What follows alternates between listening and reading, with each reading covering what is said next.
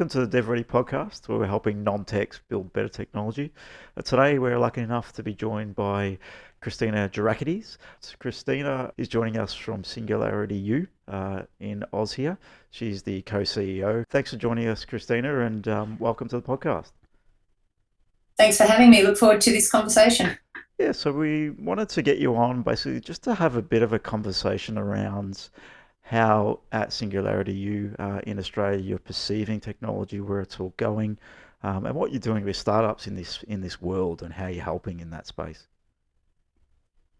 So there's so many answers to that question. So I guess SingularityU, we're about educating, inspiring, empowering people to use technology for good. Okay.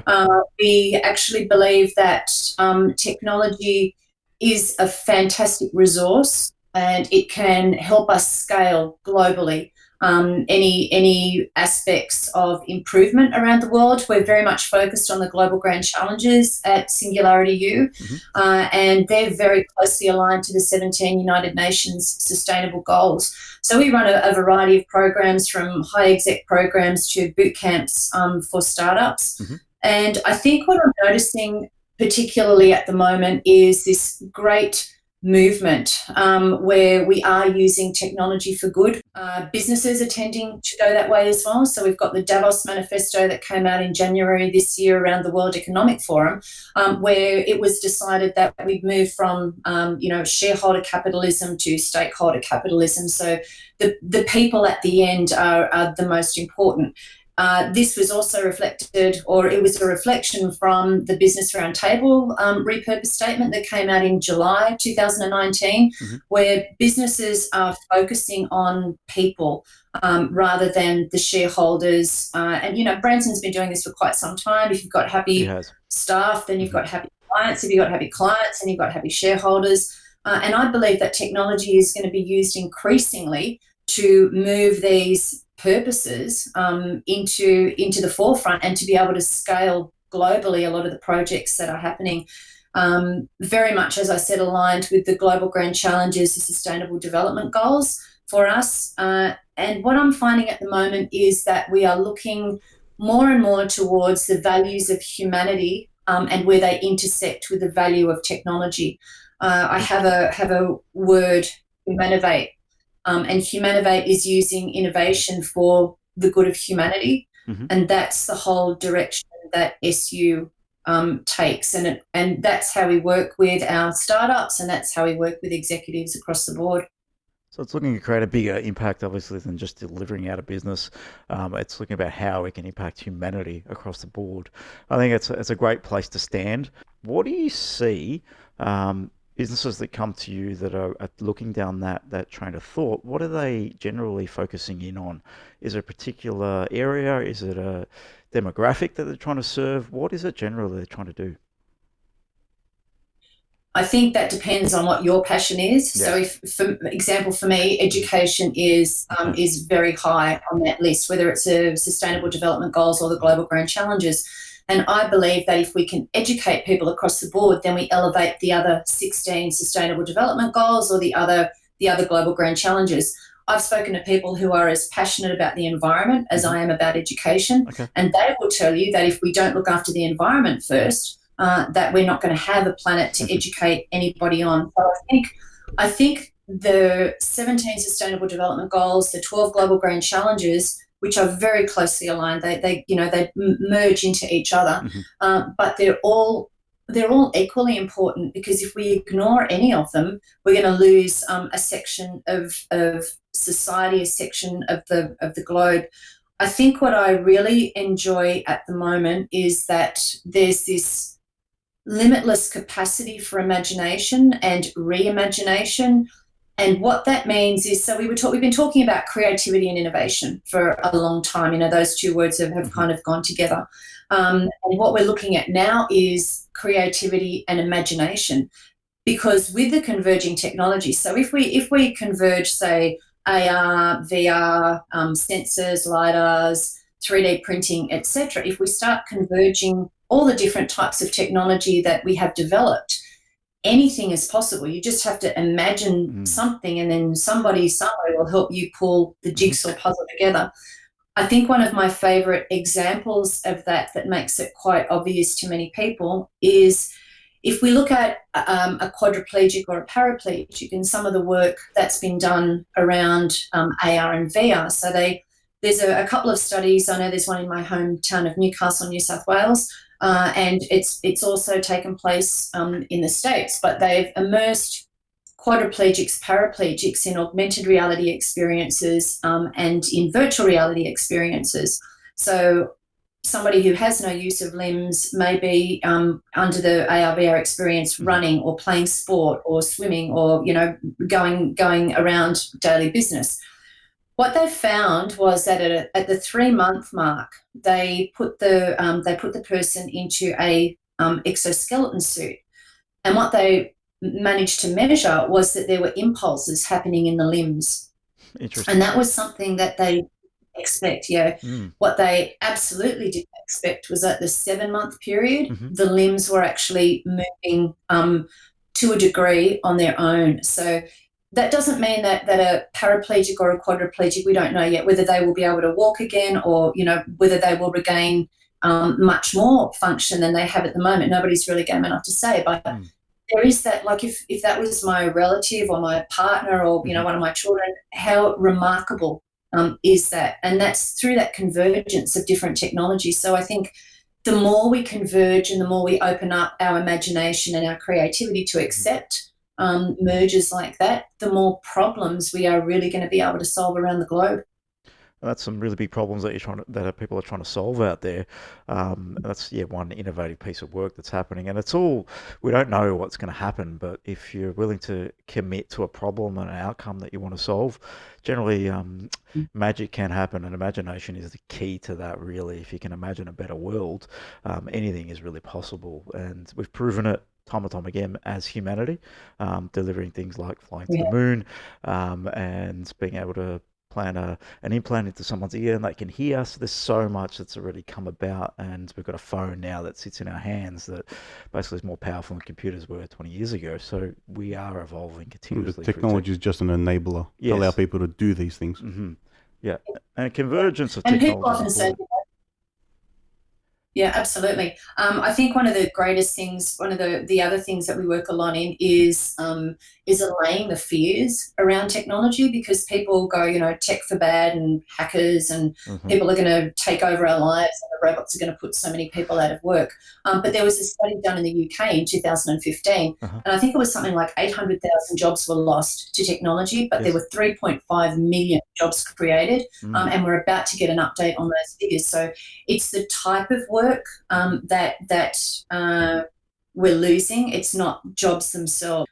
I find it a bit puzzling why we wouldn't want to give automated jobs to robots, why we as humans would want to be doing those automated jobs. I totally understand the fear around retraining, but I think, again, that's a mindset. So I think with the advent of technology and the way that it is converging and it is taking over a lot of the more robotic jobs, what we need to be doing is freeing up our mindset to go, let's learn a new skill, let's learn something different. And I'm totally appreciative and respectful of the fact that there are members of our community that won't want to do that. So they're, I think, the ones that we really need to look after. But I think allaying the fears around technology are huge. I know somebody who had their identity hacked, and it's taken them 18 months to solve all the issues around that identity theft. But when you think about, and again, not disrespecting that one person, because if you're that one person, your whole world has been totally catastrophized, Exactly.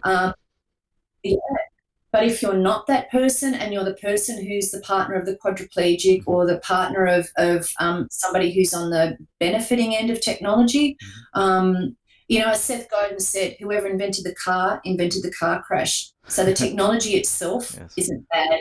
It's the human behind the technology that uses it for good or uses it for detrimental purposes. So I think that's one of the biggest things that we do as well. And also having people expand their thoughts. So we do a lot of work with some startups, and a lot of the startups that we do work with and scale-ups are already embedded in the technology space, but we tend to open the horizon around what their products can actually be used for as well. So one of the projects that one of the guys that went through our program not long ago has a rehabilitation exercise for stroke victims. Okay. And what happened was his grandmother had a stroke, and the rehab wasn't available enough for her to recover properly. So he created this machine, and she was kind of able to play her favourite games on the machine, all the while improving the movement in her body. But when we actually went through it, we came up with another 50 uses. So it wasn't just stroke victims. It was children who might not have defined motor skills. So we went through a whole lot of different range technology could help. So it's not just, but I think what is fascinating with a lot of the startups and the scale-ups that we do work with is the human interest story behind the purpose of why they're doing what they're doing. So do you find that's who you attract into your startup programs? It's generally there is a human interest, there is a for good purpose for this business and this technology existing? Yeah, and that's part of our criteria. Get it. So if you need to have something that can be scalable, and that doesn't mean that you have to know how to scale it, we can assist with that. And your project has to be aligned with the global grand challenges. Okay. And if you have come up with something that's purposeful, it's very, very rare that the project isn't aligned, that we can't align it with the global grand challenge. So, for us, it's about using tech for good, and it's about aligning projects with global grand challenges, and it's about putting humanity first. So if you fill that criteria for us, then you are more than welcome into our programs. We run, 2 or 3, 4, I think this year we'll be running 4 boot camps where we invite people in and we help them work on their projects, and we have guest speakers, and some of our speakers are actually, VCs in disguise. Nice. They're not there to take a share or anything, but what they're there for is to say, hey, if you want to attract a VC, this is what you do, and it may not be a VC, it might be an angel investor that you're attracting, and we kind of go through what the differences are and what the climate's like and what it's like in different countries. So a product often that is attractive in the US may not necessarily be attractive in Australia. And I think my favorite example of that is, do you remember the song Member Number 5? It was Lou Bega. Yeah. I think I do now. Once you said that, yes. Yep. So what happened with that? It's a really fascinating story. So, I find it fascinating anyway. He went to every single publishing company in the States and recording studio, and nobody was interested in the song at all. And then he went to Germany and realised that there was this is a very brief version of the story, but in Germany there was a liking for that type of music. So somebody took it on in Germany. The guys from Ford heard it, decided they wanted to use it as their song. Meanwhile, back in America, once it's hit all the airways, it's gone number 1. So there's this whole idea of where does your product fit in a global market. So we like to help our startups find their fit in a global market as well. In terms of finding a fit in a global market, how do you go about that? Obviously, you'd need some experts across different categories in different countries to actually assist on that. What's the steps there? So I'm a startup, I come to SingularityU with a concept or something I'm potentially working on already. Not sure where I basically fit right now, but how do you help them find their fit within the global market? So for us, it's we have a global organisation, and we have partners in Canada, Portugal, Brazil, Italy. We've got partners. There's 9 country partners around the globe. So we can plug in to their requirements. We meet a couple of times a year. We're in constant conversation with each other. We also have global faculty. So we've got something like 300 people on global faculty, and we can plug into their expertise as well. And I think one of the things that attracted me to Singularity was that absolute collegiality and the absolute collaboration. So I might put a message out on our communication channel before I go to bed. By the time I get up in the morning, I've got 4 or 5 answers to a question, or if I'm seeking resources, I've got 10 options for resources. We just recently all met. We had one of our yearly gatherings a couple of weeks ago, and the information that was shared in 3 days was absolutely incredible. So when you say how do we go about that? We have experts here that help us with that. We have international experts that come to the boot camps that work with startups and scale-ups. Okay. But we also have access to this amazing international faculty who cannot give you enough information. It sounds very ideal, but it is. The collegiality is we're very blessed. Oh, very good. And having people across, I think you mentioned 9 countries, gives you a diverse range of opinions as well. So, very good in terms of how you can potentially help. Probably great to have that support and experience, and then this new sort of culture that's coming through to support each other and be able to provide and assist all of that as well. I think we're definitely. So it's interesting what you say, because even though we're in a position to know anything, anywhere, anytime, we don't have time to know anything, anywhere, anytime. So to use the expertise that's available and to be able to pull in different levels of expertise as well is really crucial, and that's where the global community comes in. In terms of, so if I'm a startup attracted to you in terms of your story, what's my steps? What do I do? Do I basically have to pitch to get involved? How do I approach getting involved in your startup boot camps? So we tend to not want to reinvent the wheel on anything. We tend to work collaboratively with many different organisations. So, for example, one of our partners, we were recently at West Tech Fest in Western Australia, and my co-CEO Lisa Andrews was a judge on the pitch competition. So we afforded an additional prize to that competition to say, hey, this person here who fits our criteria is now welcome into the boot camp. So, can we support you? And we can also offer maybe a couple of extra places into the boot camp if we think that there's 5 perfect candidates out of West Tech Fest to come over. Then we could invite them in.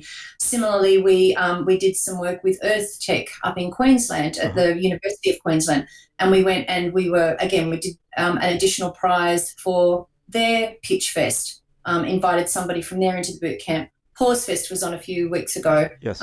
We've invited the top, so they had 30 people that pitched over a 3-day period, and we have invited 2 of those. So we don't want to reinvent the wheel on anything.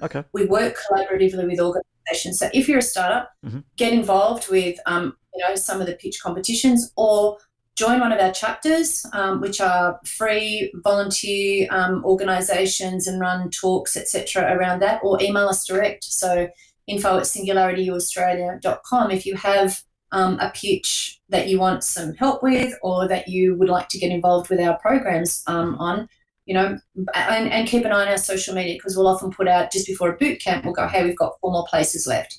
If you'd like to apply, apply now. So we do a lot of that through social media. Perfect. Now, in terms of your boot camp, if I'm a startup getting involved in that boot camp, what can I expect? We're talking generally to non-tech. So you're inviting people that are more technical or conceptual. Where are you communicating in, and how are you helping through that? So I don't believe that there's a startup that cannot be helped to scale globally using technology. And it's very rare to find a totally non-tech startup. Yes. These days it is, yeah. So by merit of, and so for our boot camps, you don't even have to have an MVP, although most people do. Minimum viable product. You have to have a moonshot idea that can scale globally, that can use technology, and that is aligned with a global grand challenge, or 17 sustainable development goals. And we can help people. So often, even if you don't make it into the first, you might apply and we go, hey, look, we don't think you're quite ready for the boot camp, but it doesn't stop you applying for the next one, so to speak. So if you have an amazing idea and we can help you scale it with technology, then by all means apply. And if it doesn't fit this time, it may very well fit next time. So you mentioned moonshot. Does that answer your question? Yeah, it does. It does. You mentioned moonshot idea. Explain to people what that might mean if they're not sure about that. Okay, so a moonshot idea is something that you want to make happen, but you may not know how to make it happen yet. And the best analogy you did before was when JFK went, we're going to go to the moon. And everyone went, are we? We do that. We're going to put a man on the moon. So yes. already put a man on the moon. and they had to work towards this project of putting a man on the moon. You know, it's like if you go around and you question some of the greatest examples of advancement in our era, you go, who thought of that, and how did they think of that?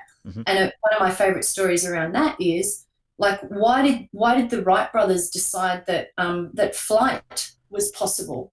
And apparently their father brought home this tiny little toy that had a rubber band attached, and you flick the rubber band and the toy spun, and that's where they got their vision for flight from. So I'm always going, who thought of that, and what was the thing that made them think of that? So if you think about, you know, quantum computing, who thought about the qubit? Like, who thought of that? Sometimes that still, the more I find out about quantum computing, the more puzzling and crazy it seems to be. That's a whole other space on its own. You can pull that much information in, you know, in no time at all. And I'm actually fortunate enough to see the back end of a rocket, so where all the thousands of degrees of heat, you know, propels through. I've seen one 3D printed, and I go, who thought of that? Who thought of printing, like 3D printing? Okay, you know, it first came out and we were printing little bits of, you know, jewelry or a shoe or something crazy. But then who actually thought print whole, you know, I've seen 3D printed houses, and I've seen 3D printed boats. So who thought to do that? So I think anything that you can think to do is a moonshot idea, but when you think about it, you actually don't know how you're going to do it yet. But then you work backwards and you step it through, and you go, okay, here it is. Here's how we can do it. And all those cliches around fail fast, all that kind of thing, you know, it's just this whole learning experience that gets you one step closer to whatever that project and whatever the outcome is that you want from that project.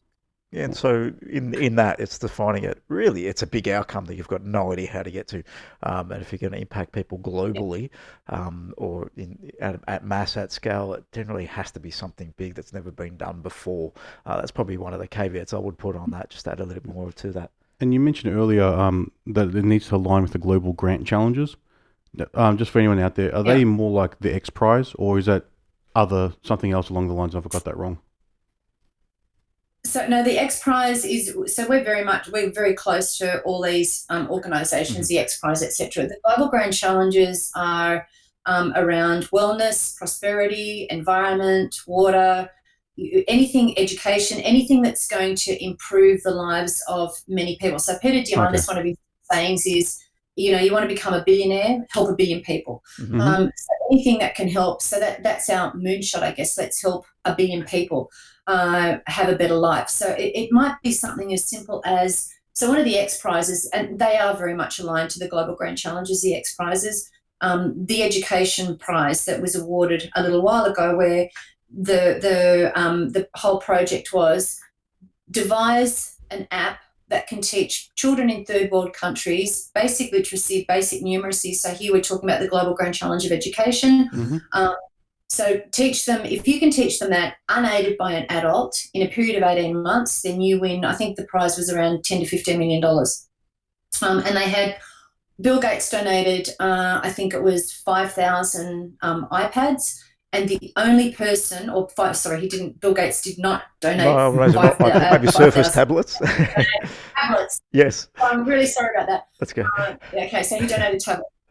So Bill Gates donates, 5,000 tablets. They gave 2,500 out because they knew that there would be some breakages, etc., along the way. So they kept 2,500 in reserve.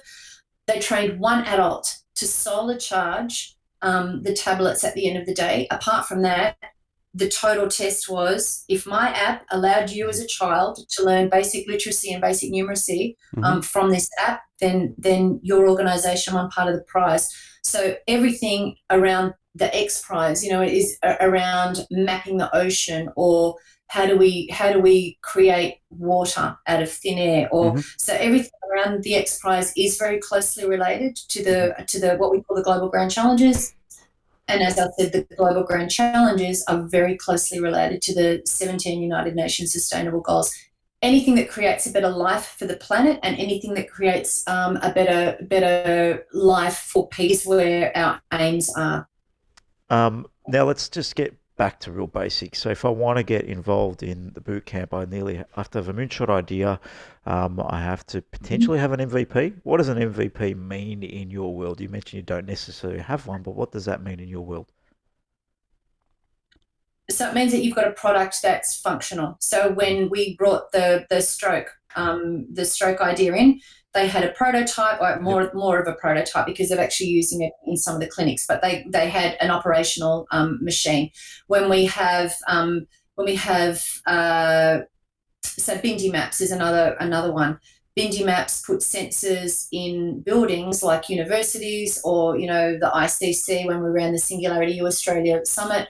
Bindi Maps put sensors in the building, so that if you are visually impaired, with the app you can tell where to go. You don't need somebody walking next to you to be able to know where to go for the next talk, or to find the tech lab, or whatever, to find the next room that you need to go to for your program. So these people all had what we call minimal viable products or beyond. So the two I just gave you examples of were beyond minimal viable product.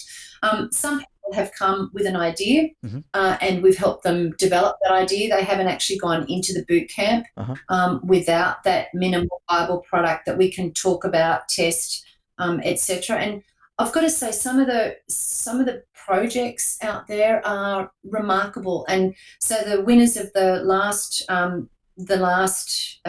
Global Impact Challenge that we ran, Ripe Time, they can put a sensor in a room that's full of tomatoes, and they can tell you when those tomatoes are ripe, and you kind of go, okay, so why do I want to know about ripe tomatoes? But if we can save wastage, and if we can get that food to people without it becoming overripe, without it going rotten, we are so much more advanced in less waste, less damage to land, etc. So these are all minimal viable product organisations that have come into our organisation. Marine Futures Lab won the very first Global Impact Challenge, and they can't fish. And you kind of go, you tell people that your first Global Impact Challenge, which is going to impact more than 1 billion people, is all around counting fish, and people look at you like you have 7 heads. So what that brought home to me was that since 1995 we've been overfishing, okay, and the numbers of fish in our oceans have declined severely. That impacts employment, particularly in third world countries where a lot of the employment is fishing. They sell a product, but also in gathering food. So third world countries, they fish for food. And if we don't know, if we can't, the more data we collect, the better off we are at making decisions and being able to repair, situations like that. So Marine Futures Lab were counting fish with GoPros, and they would put a GoPro in, and you're in audio visual, so you probably know that every second has 25 frames of vision in it. So and that's a lot. So they would sit there and they would count how many fish were in every frame. With the use of sensors and other technology, they can now collect that data a lot faster. Because they can collect it a lot faster, they can collect it from a lot more areas. So if we know where we're overfishing, and if we can tell which populations we're overfishing, and we can adjust what we're doing as humans in our behaviour, then that saves, marine ecology, it saves employment, it saves people suffering from lack of food. So all these aspects where we can use technology to make better lives for people, that's what we're attracting into the programs, and that's what we're talking about, having a minimal viable product or a minimal idea. Let's go count the fish in the ocean. They already had the GoPros doing it. We helped advance that technology to the next level. So there's various levels of support that we give. If we think you've got a good idea, we won't give up on you. We'll help you, push it through. And in terms of getting into that boot camp, what does it mean? And what does a boot camp mean? Is it a weekend? Is it a 6-month program? What is it? Yeah. So it's a 2-day experience. With ongoing support. So we have, if you want it. If you don't want it, that's fine. So we'll run a 2-day boot camp. It's all around perfecting your pitch. so that you know what to go to to investors or to different pitch events even. But through that process of perfecting pitch, we talk about brand, we talk about narrative, we talk about commercialization. We talk about we bring in guests who are specialists in their field. Yes. And the other thing that we say to people that attend the bootcamp is you're going to hear a whole lot of different perspectives over the next couple of days, and everybody's perspective isn't going to be right for your business. Take the bits that make sense. Go and talk to the people that you have the most affinity with, and use the experience in the room to better your product. But the other thing is sometimes the gold comes from another person who's come in to do the bootcamp. So that we try to create all these conversations where it's not only the mentors in the room that are helping or the speakers in the room that are helping, but create conversations where your idea might be perfectly coupled with someone else's idea, and what might the convergence of those two businesses do? Or what is it that you've learned that can help this person over here? What organizations are you members of?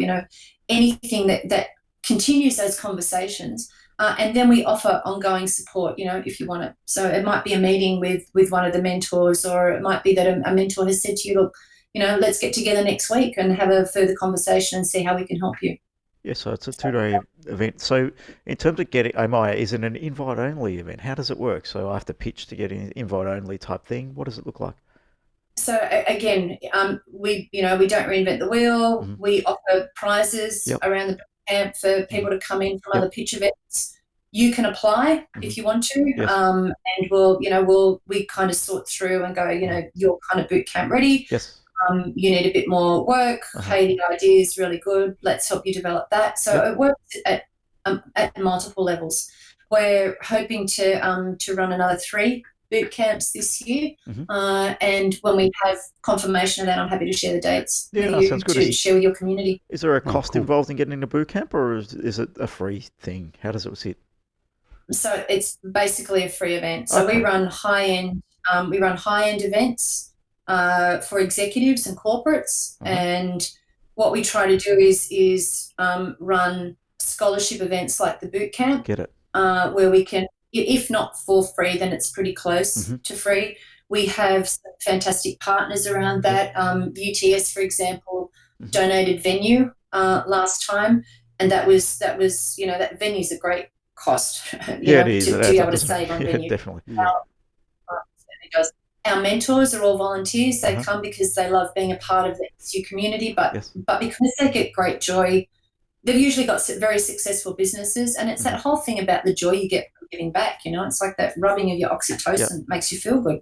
Makes you feel good to help. And I think being in this space, we love working on ideas. So mentors in that room would love the innovation that's coming out, the thoughts that are coming out, and adding value to potentially a moonshot idea. If one of those ideas in the room gets off and actually makes legs and actually creates value for humanity, that's a huge win.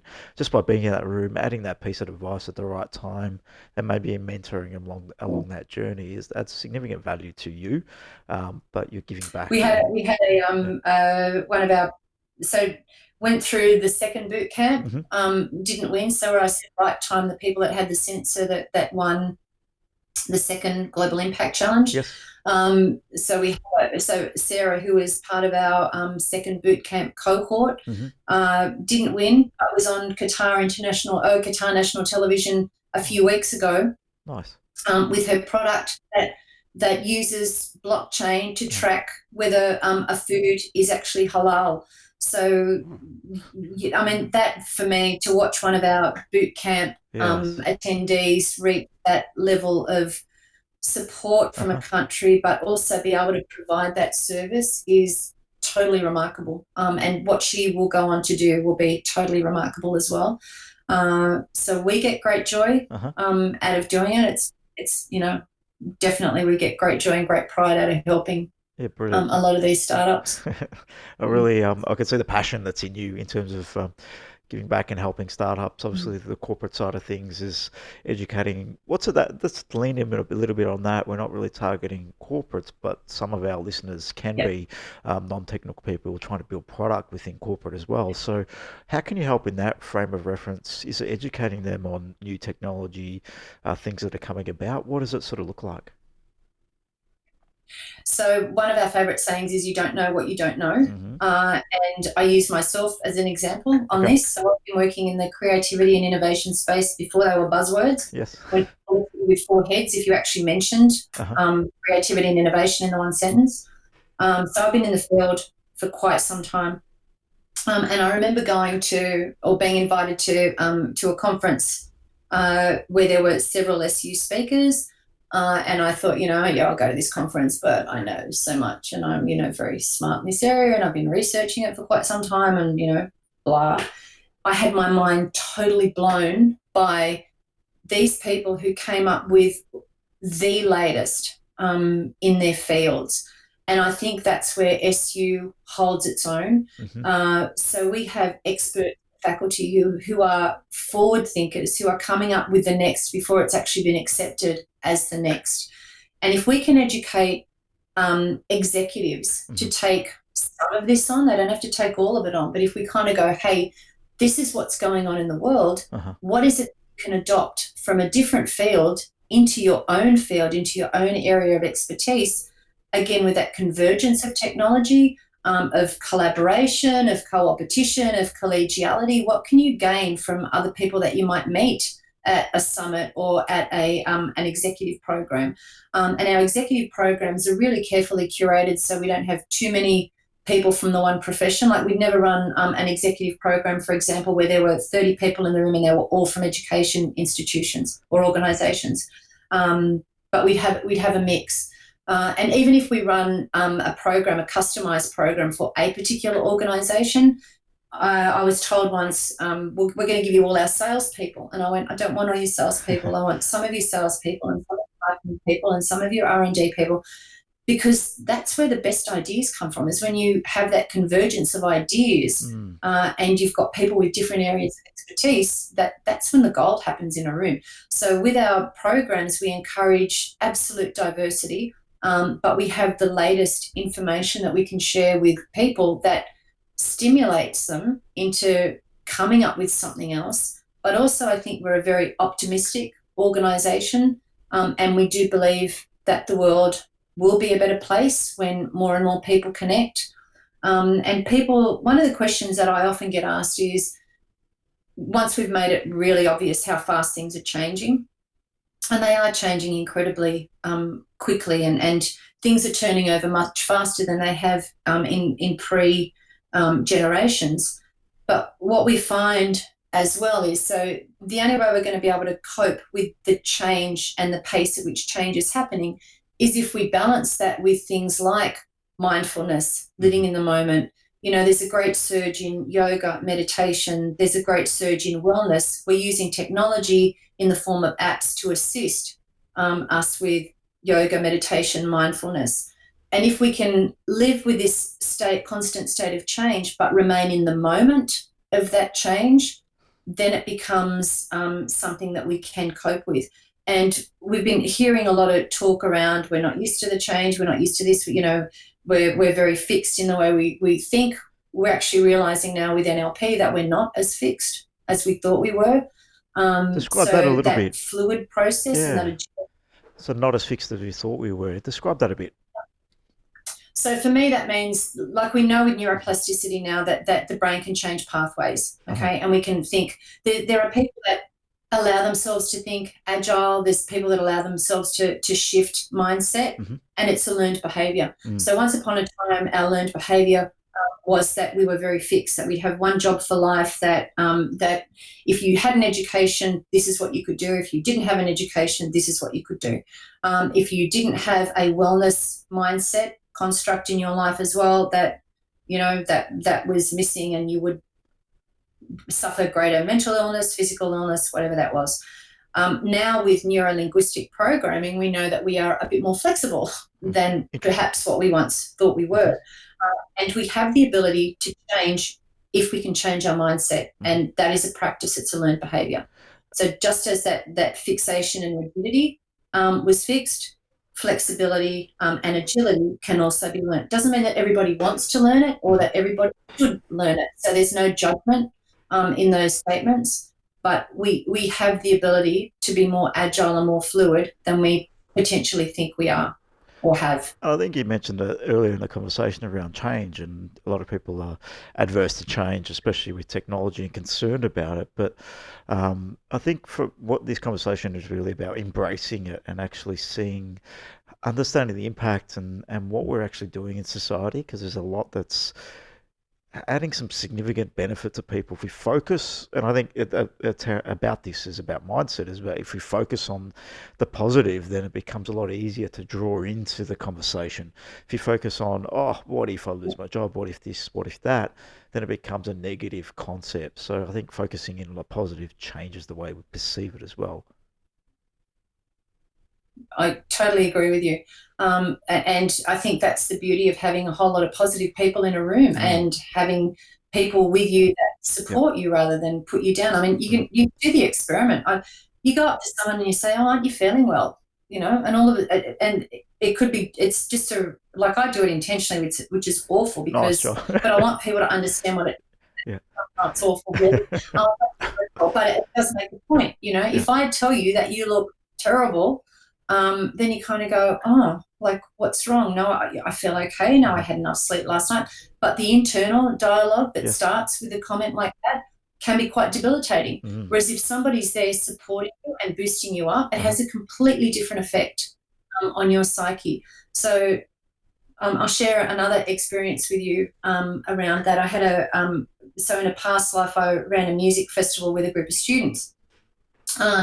And I had a student come up to me and say, look, I want to get this particular singer who was very well known, you know, very high-end Australian singer, to run a vocal workshop. And I said, well, what's the problem? And she said, well, when I mentioned this singer, the rest of the class laughed at me. I said, okay, so they laughed at you. If you listen to that laughter and you don't even ask the singer to come and run this workshop, what are the chances you have of getting her? And she looked at me like I had, you know, like I was off my head. And she said, well, none. You know, an obvious answer. I said, if you ask that singer to come and do the workshop, what are your chances? She said, well, 50-50. I said, and if you ask her and she says yes, how will you feel? And she said, well, I'll be totally elated that she has said yes. I said, if she says no, she said, well, I'm kind of in the same position that I am now. I said, well, you tell me what you've got to lose, you know. So we went through the exercise and very carefully constructed the communication and very carefully figured out who we should speak to and all that kind of thing. So there was a fair bit of research involved in that process. But at the end of the day, the singer came, gave the best vocal workshop I've ever seen. I can say that because I used to sing in a band. Nice. And mentored that student for 12 months. Oh, wow. Now, had she listened to the laughter of the class and not done anything and not proceeded, you know, just that opportunity that never would have happened, you know, and totally changed her life, I've got to say. So interesting. It was amazing. And it's just a different mindset, right? It's going in with intent. So you've crafted it, you've thought about it strategically, thought about everything. It goes back to business, or even if you're building technology, it's the same thing. Think about it with intent. You have an intention that you're working towards, not just throwing, oh, this is an idea. It doesn't really happen if you don't put in the right things into play. Now, let's bring this conversation back a little bit. What are some of the pivotal things that you see that show success? So, for example, that blockchain for halal, what are some of the things that she did really well that you saw from the outset that gave her the value, the ability to get to where she was? Now, diversity you've mentioned a few times here as being one of the things that you use as SingularityU, as if enhancing an idea or a concept and getting in different ideas from different people. What do you see as pivotal things to success? Pivotal is your absolute belief in what you're doing. It comes back to feelings, really. It comes back to who you are as a person. It comes back to how resilient you are and whether you can, you know, deal with the rest of the class laughing at you, or if you can deal with people looking at you in a strange way because what you're doing is maybe countercultural. So resilience, totally important. Persistence, totally important. There's not many unicorns in the world, and what we find is that you talk to a whole lot of successful businesses, and so many of them are close to that 10-year overnight success story because they've just pushed on and pushed on and pushed on.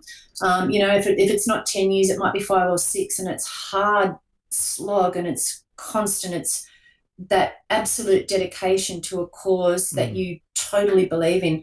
So what makes a successful business for me is the absolute purpose that you've identified, and that's why so many of these businesses have come through personal experience, like stroke. His nan had a stroke, and what he wanted to do was help her because rehabilitation wasn't that readily available. The halal, using the blockchain to track it, because people really don't know where some of the foods come from. At least this way they're guaranteed of the source.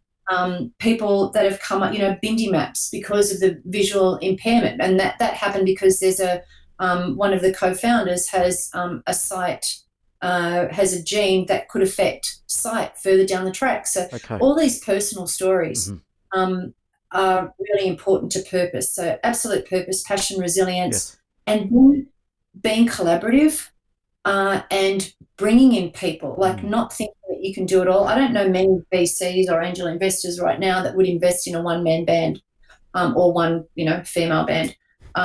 What they want to see is that you've got a great team working with you, and they want to see, whether they're an angel investor or a VC, how much involvement you want from them, how willing you are to listen, and how willing you are to make change and be flexible. Research, know what's going on in different fields, being able to bring in different perspectives and adapt them into what you're doing. So if you see something that Airbnb are doing really, really well, and you're in food, how do you adopt what that is into there? And for all the bad press that Uber get, Uber do not stand still. So Uber were into, cars with drivers who didn't, who wanted to drive people around but didn't have a great car or whatever. So then they organised some leasing perspectives, and then they kind of went, well, autonomous vehicles are going to come in. What are we going to do about that? They invested in a fleet of autonomous vehicles. They're also working on air travel. Yes. They're working on Uber Eats. They're diversifying all the time because they know that the car industry is going to be disrupted. We know that when we get more into autonomous vehicles, people are going to share vehicles. I'll be able to take my autonomous vehicle to work and then send it off to pick somebody else up, and then by the time I've booked it to come pick me up, take me home, it will have worked for me in that period of time. Peter, in his book, The Future is Faster Than You Think, Peter Diamandis, says that we really won't care what brand the car is, and we often don't care what brand of Uber picks us up as long as it's clean. And I really like it when they give you a bottle of water, but it's not so much necessarily related to brands. So maybe we're going to see some brands disappear. What Tesla has done, what Elon Musk has done, is he's like just forced people, different car manufacturers, into looking at electronic vehicles. But so I was very fortunate to go to Tesla factory just now. I took a group of students in January this year, but I also went there a couple of years ago. And in the conversations that we had with these private tours that we were very fortunate to take, Tesla aren't actually in the business of producing the best electric vehicle. They want to produce the best vehicle. In fact, they're not even in the business of producing electric vehicles. They're in the business of improving energy around the planet. But it's batteries. That was one of the conversations we had, one of the conversations we had was, we don't want to be the best electric vehicle because the electric vehicle market is like this. Yes. We want the best vehicle. So we want to go from 0 to 100 in whatever ridiculous amount of time it is that they can do it. And because they want to be not only the fastest vehicle, but they want to be the best vehicle, so that everybody who might purchase a vehicle looks at Tesla to do it. And I love their reverse business model. So let's produce a really expensive car, and we'll have a limited supply. And out of the profits of that, we're going to build the next priced down car until we actually get to the price of a car that most Americans will spend on a brand new car, not a used car. But most Americans spend around $30,000 USD on a brand new car. And they've done that progressive reverse business model, if you like. So it's flipping things on their heads And this is how startups really need to be thinking as well. What can I flip on its head to come up with the next best? What is the next best? What is the next thing that hasn't been thought of? Where's the problem that I can solve? Where am I seeing people grimace in their daily lives? So when they were creating one of the news apps, a group of young students from Stanford University created one of the very first news apps, and their professors sent them to the corner, to test, do some user experience with people.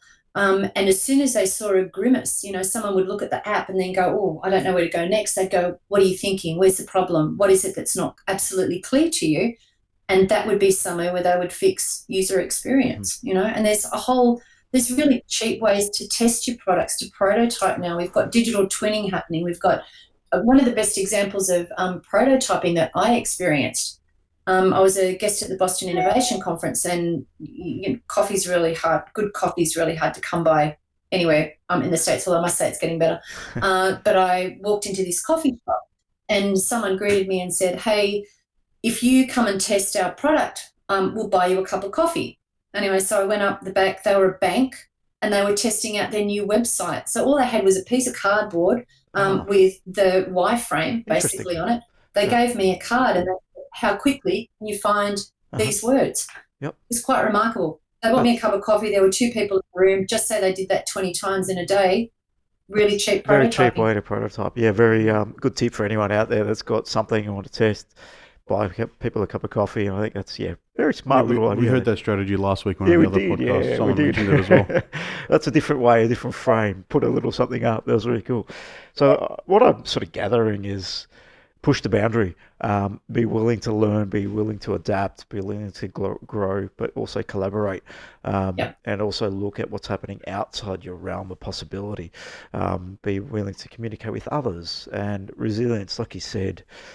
Any business generally is not an overnight success. It never really happens. You are fighting a battle to begin with. And I think you mentioned a little bit earlier around your persistence and your belief. So you might have some challenges, especially if you're trying to moonshot something where people are challenging that belief and that purpose that you're trying to drive. And are you really going to be able to achieve that? So resilience, I think, is probably a big thing when you're looking at that big objective that you're trying to hit. Yeah. I mean, who was it that said the day before? It might have been Peter, actually, Peter Diamandis again, who said the day before an idea is a great idea, it's a crazy idea. I'm not, it might have been, anyway, I'm not sure who said it. It might have been Peter. But it's true, and who would have thought that? I mean, if you told somebody that this device here would do all the things that it can do, unless you were Nikola Tesla and you wrote about it in 1926, and you talked about this device in your pocket and do all these remarkable things.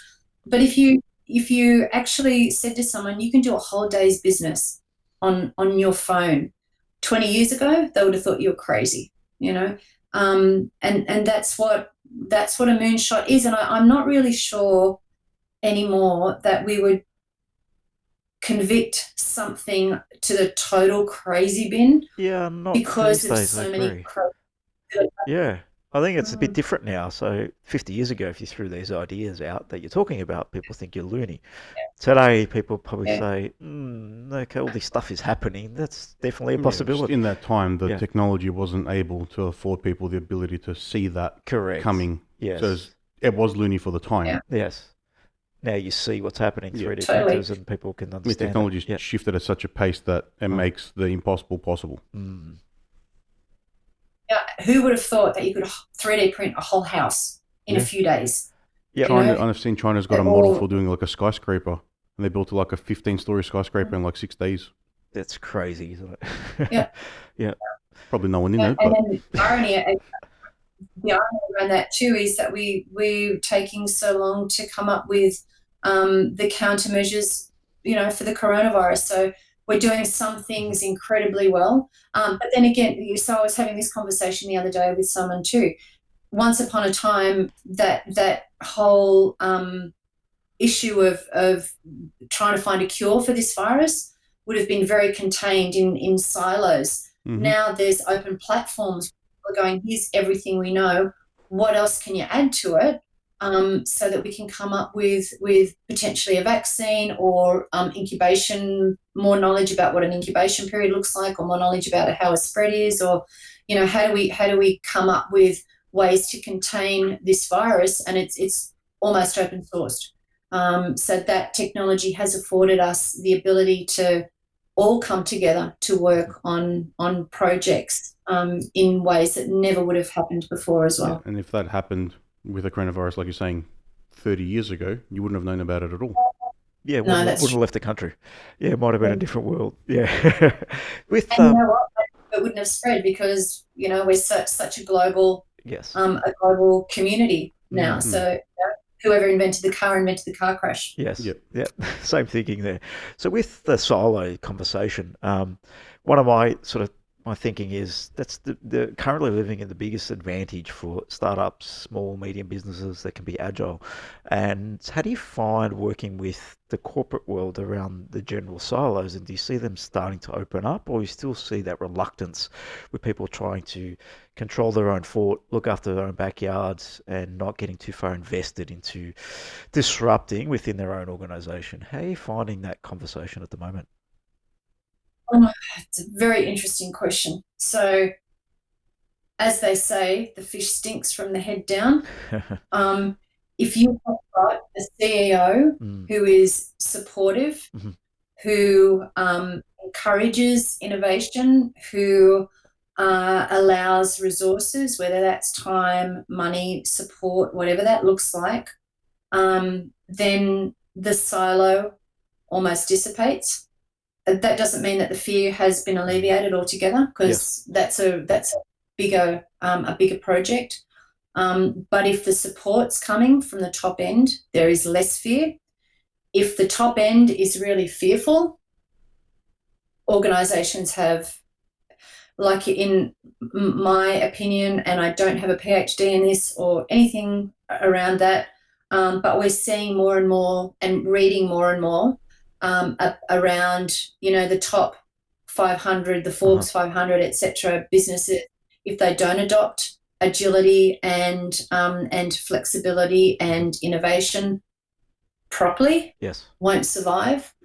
I think we're finding that the smaller agile organisations, I think it is the time of SMEs and entrepreneurs, even though I bet there's lots of SMEs and entrepreneurs who are going through that passion resilience phase that go, hurry up and come through. But I think the future belongs to the smaller agile organisations that collaborate.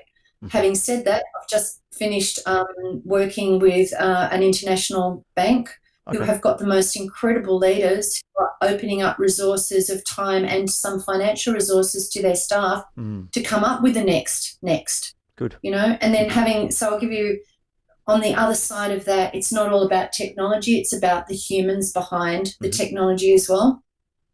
This group of students that we took to the US, to Silicon Valley in January, we went to Googleplex at Mountain View, and there's bicycles everywhere.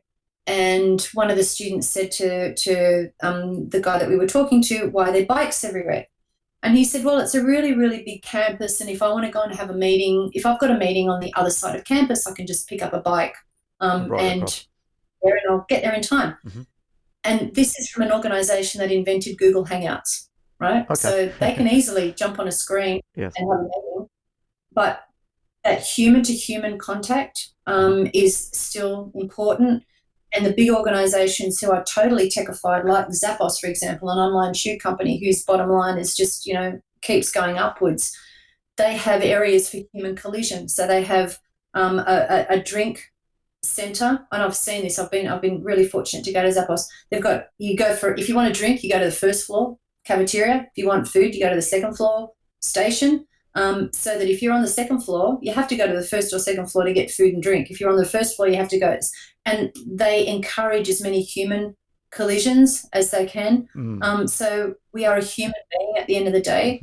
And it's not all about the tech. It's about how tech can benefit us and free us up to have better lives and have better relationships. And I think that's the crux of where technology sits in the grand scheme of things. Oh, very good, Christina. I think we might end it there. I think that's been a brilliant conversation around the possibilities that are out there, especially to startups in this environment that we're currently living in. If you're willing to embrace the change and really have a look around what's happening in society across the globe in different industries, there is endless amount of possibilities to solve problems that exist within your industries, within your organizations, within a problem that's relative to a person at home potentially. So I really enjoyed the conversation. If anyone wants to get in contact with SingularityU, how do they go about doing that, and how do they reach out and get in contact with you? You can email Christina at singularityuaustralia.com or info@singularityuaustralia.com. Google us. There's 7 chapters around Australia that are free to join and immerse themselves in conversations like the one we've been having.